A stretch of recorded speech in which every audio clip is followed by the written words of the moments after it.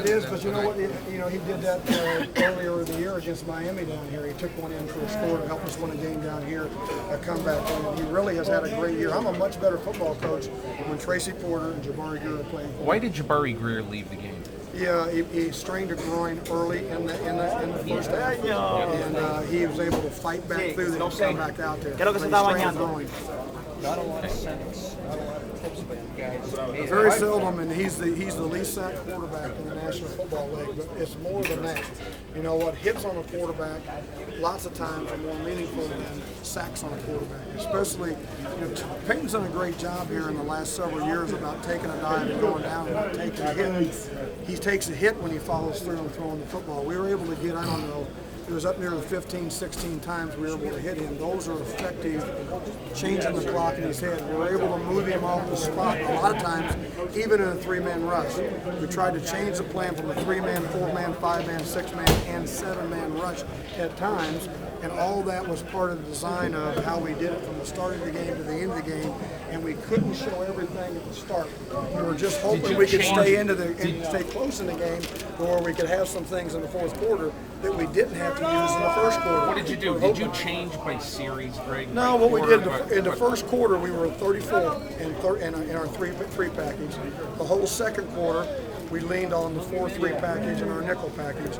Came out in the third quarter and mixed it back and forth to try to keep them off rhythm. It was funny, on one of the TV timeouts that Jeff Saturday and Scott Fajita were jawing back and forth because we had 12 in the huddle of a timeout. So we did one of those things that the offense does to us all the time by having so many people in a dead ball. They couldn't figure out what package we're in, and then right before the play, one of the times we been backed up, Scott Fajita came out, we were in our nickel package. So we tried to change it back and forth in the second half. It's legal for the defense to do that. But and the offense, same thing for the offense on a dead ball. On a dead It's ball. a timeout. Greg, It's how a many were timeout. coming on the interception? How many were you rushing on the interception? It was a potential of 7 guys, depending on how they tried to protect it, and I think 6 went. I haven't seen the play, but I know that 7 could go if everybody blocked. Because see, one of the things we do is if my man blocked, I rush. If my man blocks, I go. In the fourth quarter, then what were you? We mixed back and forth, but we leaned more in the fourth quarter because they were playing 3 wide receivers. We leaned more in the fourth quarter of that 34 concept of how we played 3-3 nickel. Yeah. But it's basically 34. If you say 3-3 nickel, you mean that you're playing 3 defensive linemen, 3 linebackers, and instead 5. and playing a corner, nickel corner in place of one of the 34 linebackers. So the nickel corner comes in. Then who would have been the 2 extra DBs in there at that time? Well, at that point in time, there's only 1 extra DB, and that would have been Randall Gay and Malcolm Jenkins. We were rotating back and forth. Randall Gay overcame an awful lot. The kid had all kinds of temperature and infection.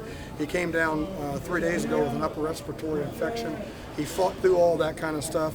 I don't know how many IVs he's had. He'll be going to the bathroom all night long probably with all the IVs he had.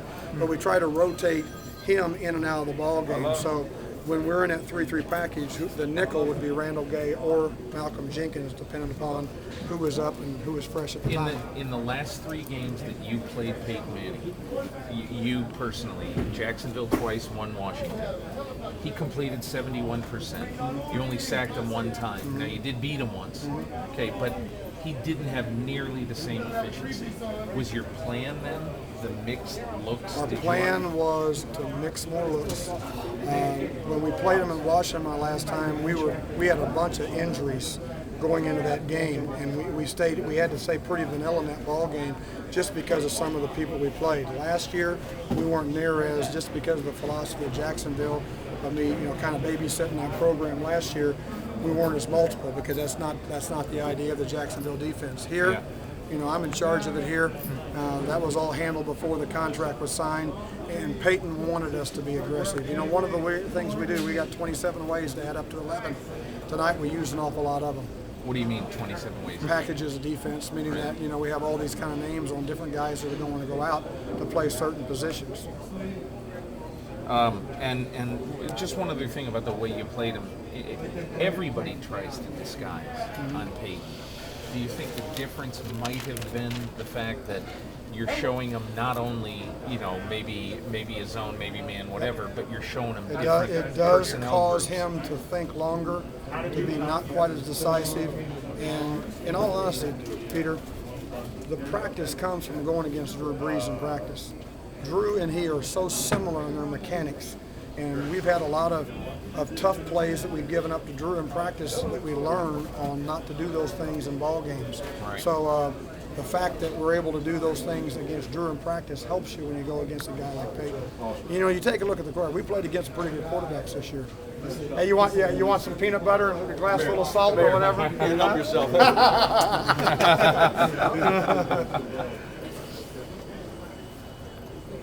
Well, the last 3 weeks, Warner, You Favre, look at Eli early in the year. You look at Tom Brady on Monday night.